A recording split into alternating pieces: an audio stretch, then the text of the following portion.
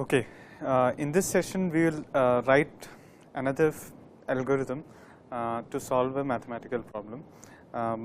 If you don't know this algorithm already, that's fine. It's more for the purpose of demonstrating if you know a solution, how do you come up with the algorithm to tell a computer how to solve it. Okay, the algorithm is for finding the greatest common divisor or the highest common factor. It's known under two names of two positive integers m and n. Okay. So this is an algorithm you probably know. How do you solve this? Let's first try a naive solution, and before writing an algorithm, let's see what do I mean by the simple solution of GCD. Okay. So you are asked to find the greatest common divisor of m and n. Take the smaller number n, and now you start looking for each number k between 1 and n. Remember that n is the smaller number. In descending order, do the following. What you do is, if k divides m and n, then k is the greatest common divisor of m and n, and this is obvious by the definition of greatest common divisor.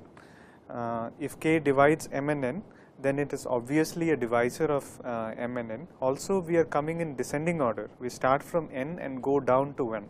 So the first divisor that you hit when you go down is going to be the greatest common divisor of m and n. Okay. So this algorithm obviously works. It will compute the GCD correctly, but it is very slow. Okay. And think about very large numbers m and n, and you will see that it may go n steps before reaching the correct GCD. So compute the GCD of two very large numbers which are relatively prime to each other. That means that the GCD of m and n are 1. Now if you pick such a pair, this algorithm will compute the GCD correctly, but it will take n steps because you have to go down all the way from n to 1 before you will hit the GCD. Okay. Can we do better?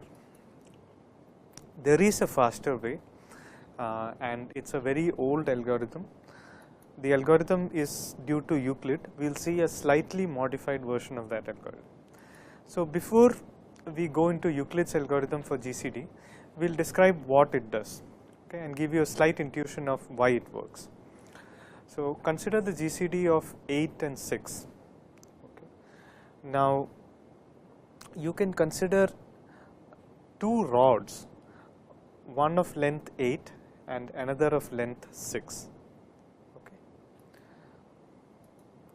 Now obviously if a number divides 6 and 8, then I should be able to make a stick of that length so that I can measure 6 exactly with that shorter rod, and I can measure 8 exactly with that shorter rod. This is the meaning of a common divisor, and we have to find the greatest common divisor.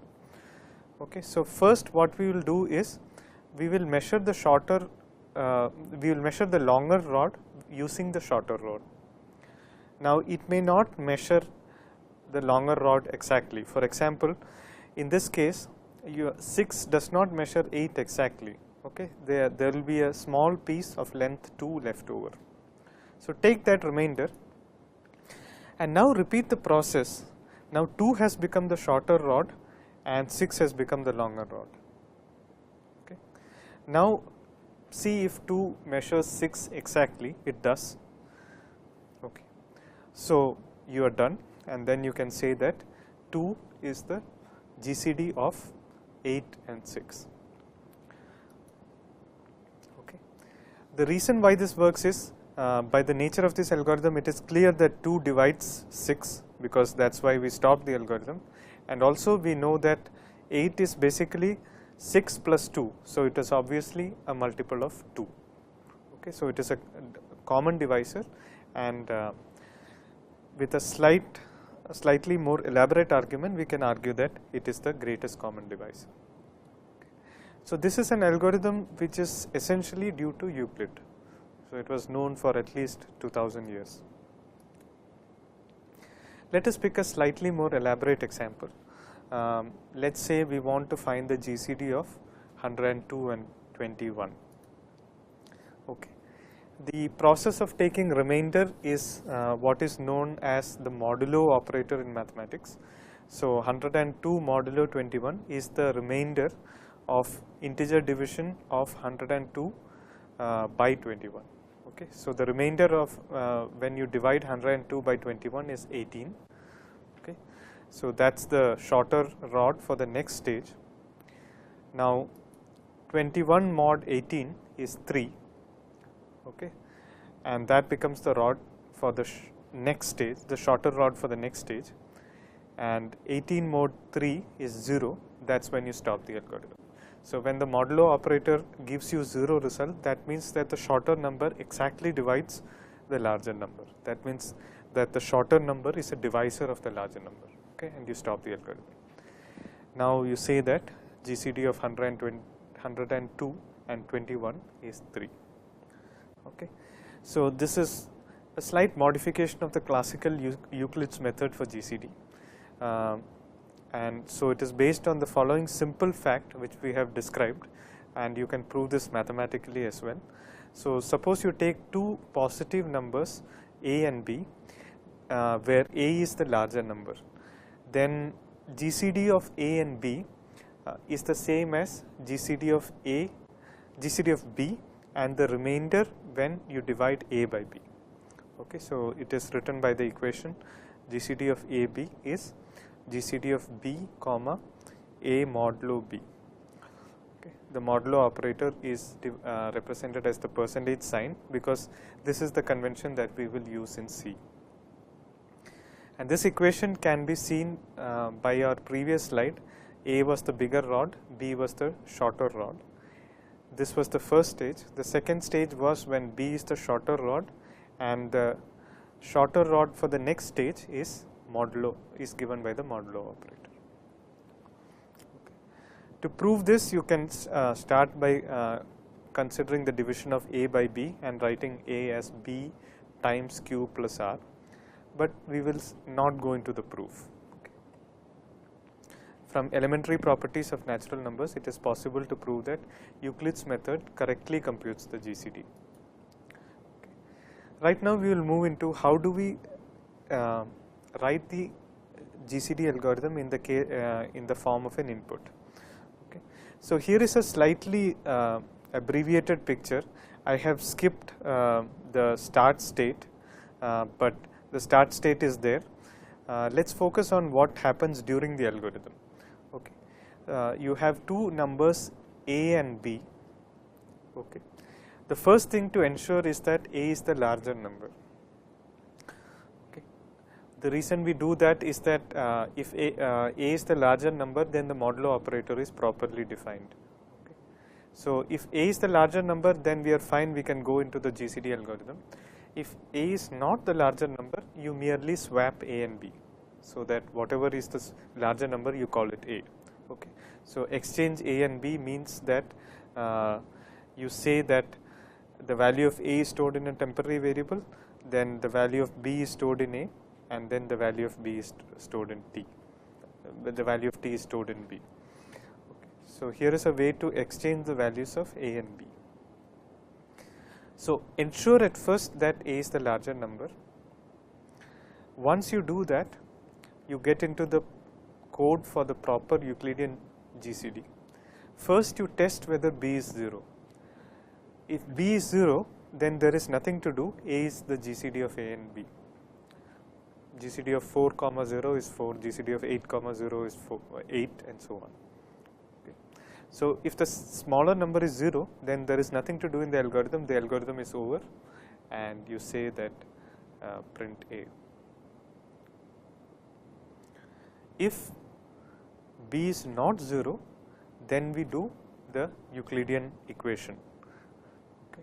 You take A modulo B, store it in a variable G, then assign the value of B to A and assign the value of G to B. Okay. So this corresponds to the operation of taking B and A modulo B as the next step. Okay. After you do that, you again test the condition whether B has now become 0. If it is 0, then we are done and A is the GCD. Otherwise, we do another round of taking A modulo B and setting A equal to B and B equal to G.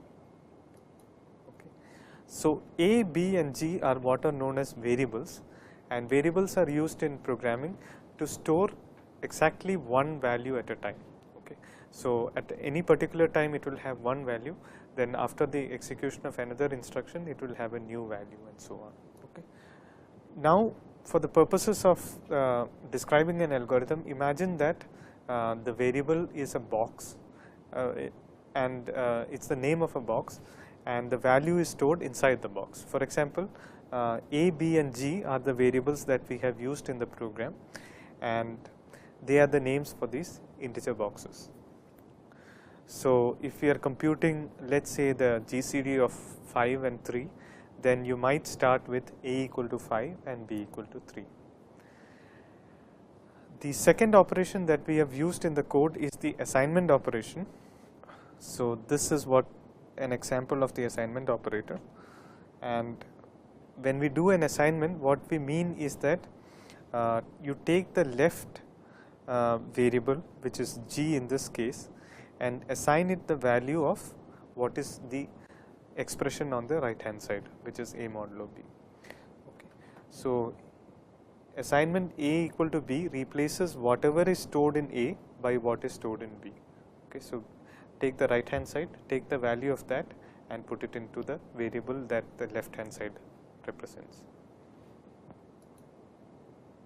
Okay.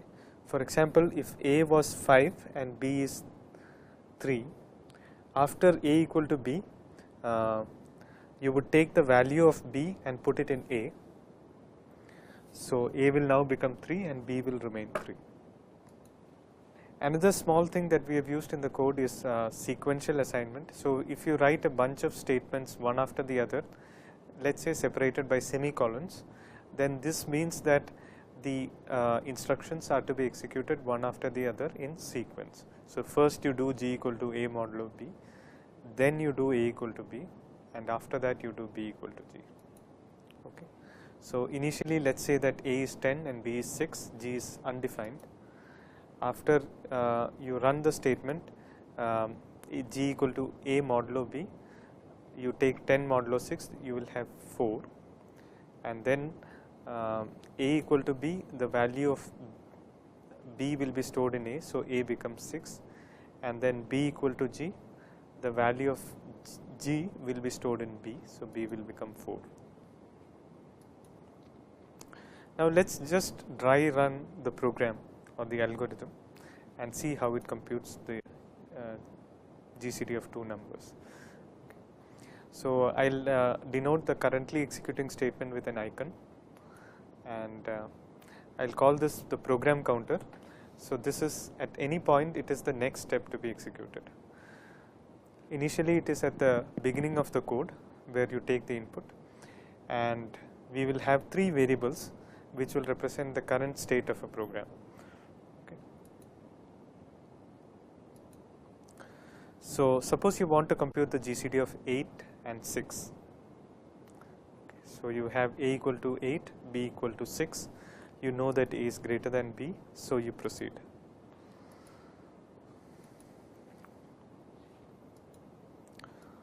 Okay. Now, you test whether B is 0. So, since B is non-zero, you go into the main body of the loop. So, you do G equal to A modulo B, A equal to B, B equal to G, this step once. So, you will end up with A is now 6, B is 2 and G is 2. Okay.